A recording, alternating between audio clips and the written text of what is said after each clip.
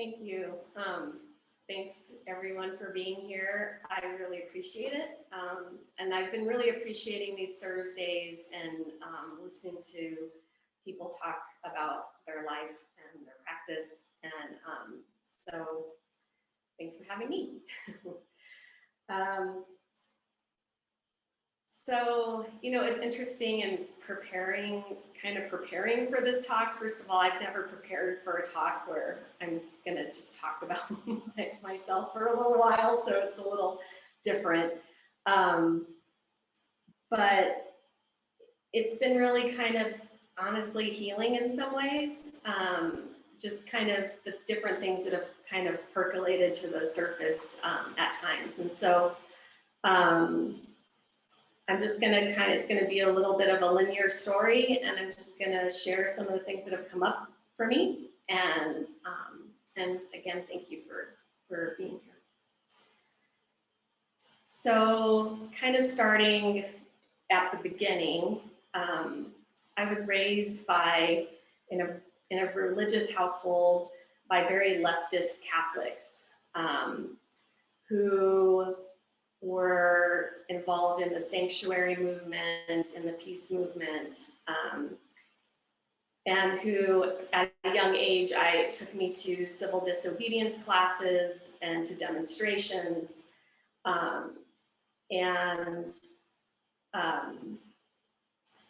I was really grateful for that sort of early exposure, because especially with the sanctuary movement, we would have folks from Guatemala and El Salvador in the 80s coming through and staying with us as they were trying to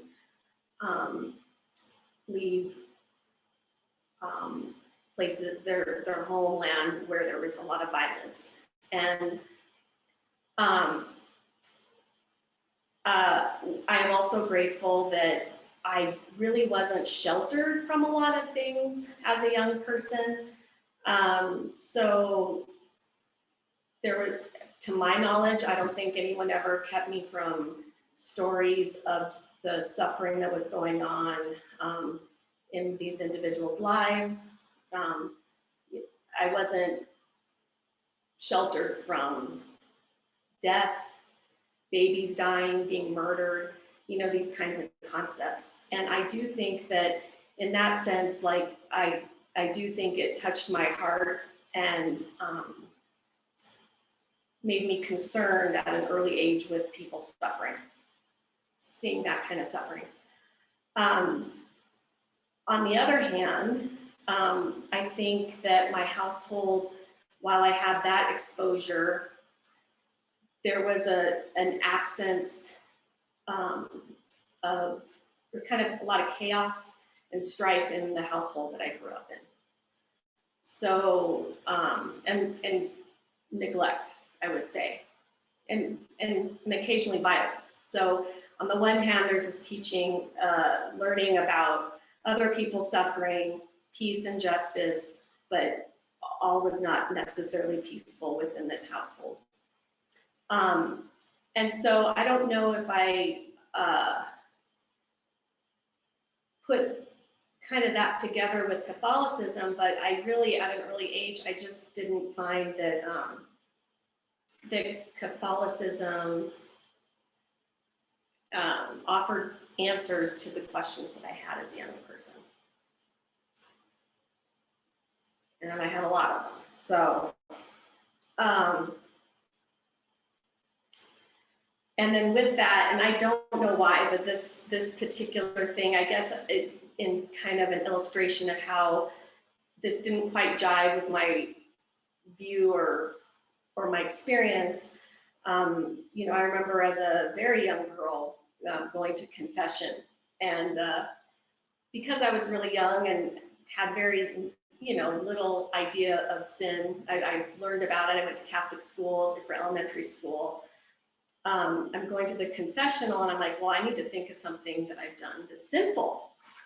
Like, and I was like thinking, I was waiting in line, like, what am I going to say to this priest when I go in there? And I was like, well, I probably could be nicer to my parents, right? I kind of sass back occasionally. So I go into the confessional and I relay this information to the priest, who was absolutely interested in letting me know that I had committed a mortal sin and that mortal sins send you to hell.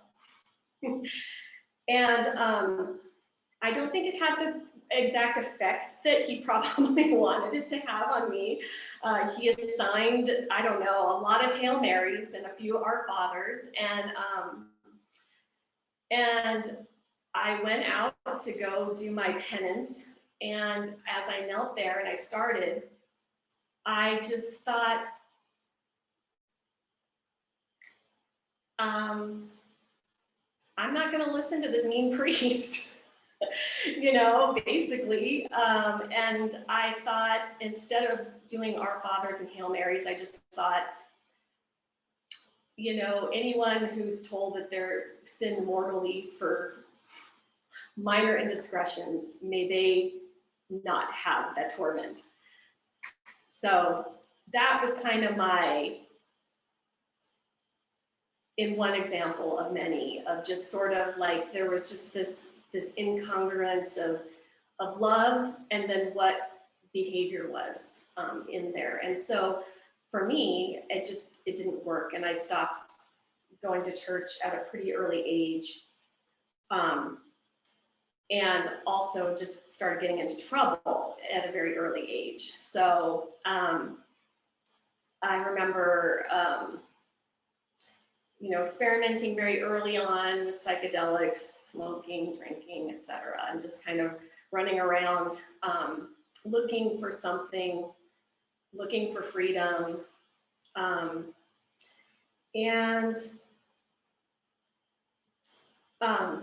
You know, I do think that some of the civil disobedience classes probably had that effect too. So, you know, but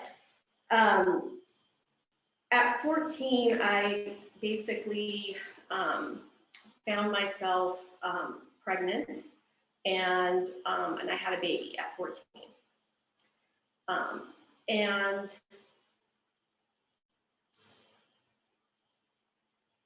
that experience was probably one of the most impactful on my life, and in two ways.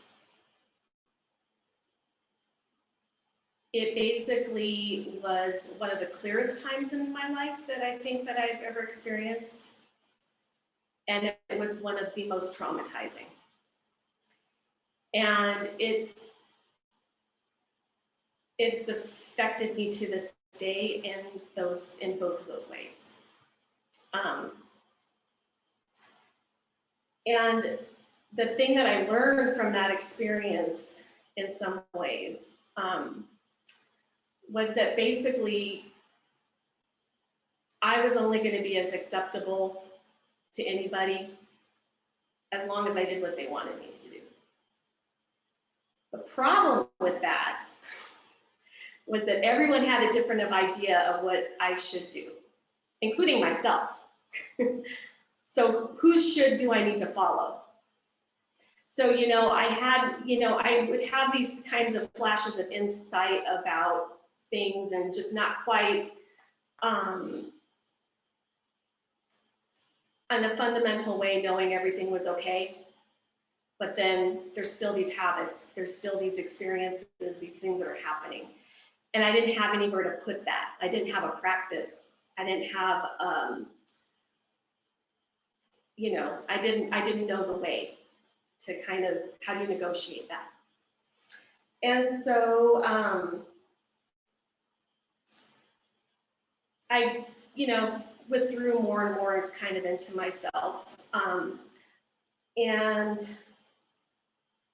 I left home at 15. And by the way, I am in touch with my daughter, but I did give her up for adoption. And when I say that kind of in terms of clarity, I didn't want someone to grow up in circumstances where they might take on the disappointments and frustrations of a household as being something intrinsic about themselves. And that would have been probably what would have happened. And I wanted that person to feel loved. And I have met her since then, so that's great. But basically, kind of going back, you know, I was kind of searching a lot, and I got interested in, you know, Eastern philosophy and yoga and Tai Chi and Zen. And in fact, the very first book that I got on Zen from a used bookstore was Deshimaru's Questions to a Zen Master. So I was like 18, and I was at a used bookstore, and I got this little Shivananda yoga book, and I got the Deshimaru Roshi's book. And that book was great to read at that time, and it had instruction on Zazen. You know, I tried to follow the instructions on Zazen, and you know, I tried, but boy, that was really hard. So, you know, it wasn't until later till I started doing it more regularly. But at around that same time, I was doing a lot of Tai Chi and stuff, and I had read this book, and one of the comments in this book was, wouldn't it be nice that for those who are inclined or interested, instead of going and doing military service for 2 years at 18, that everyone go and live at a Zen monastery for 2 years at 18. And, you know, and quite frankly, I think I was looking for some discipline. So that really sounded great, because I had a hard time disciplining myself. So that was kind of percolating in the back of my mind. So kind of fast forward to when I was 20, one of the ladies that I did Tai Chi with mentioned that this Zen center had just opened in our town, and would I like to go and sit with the group? And so I was like really excited. I'm like, well, this is my chance to actually do Zazen and like maybe like see how it's really done. And so I went with her, and it was Hidden Mountain Zen Center.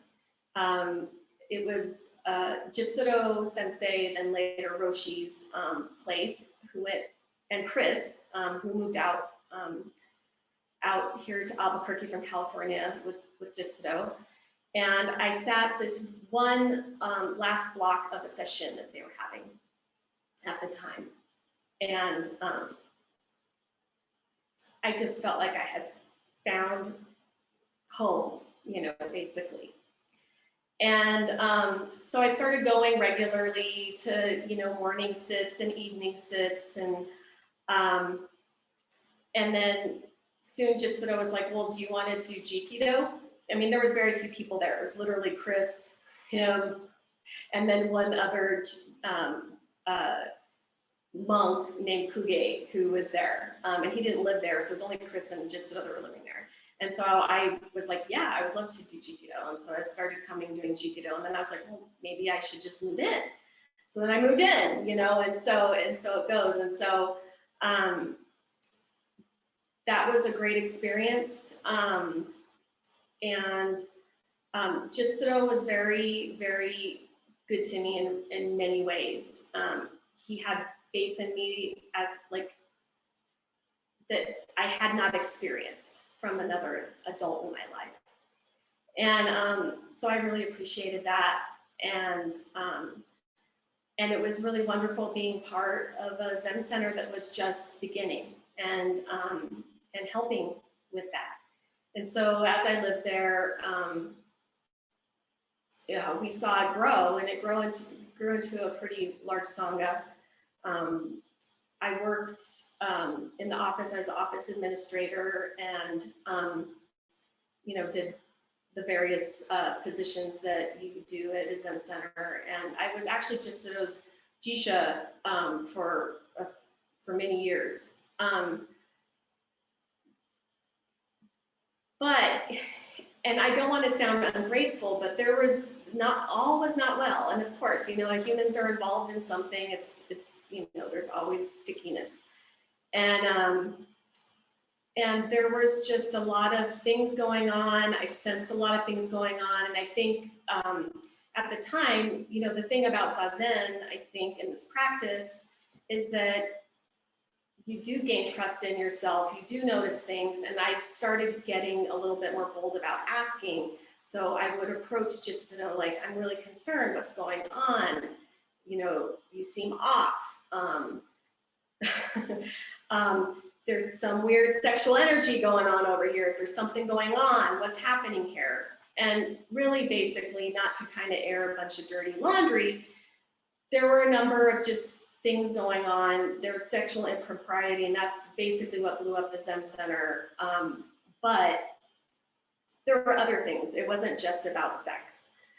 I thankfully never had any of that problem myself. Like, he never tried to do anything with me.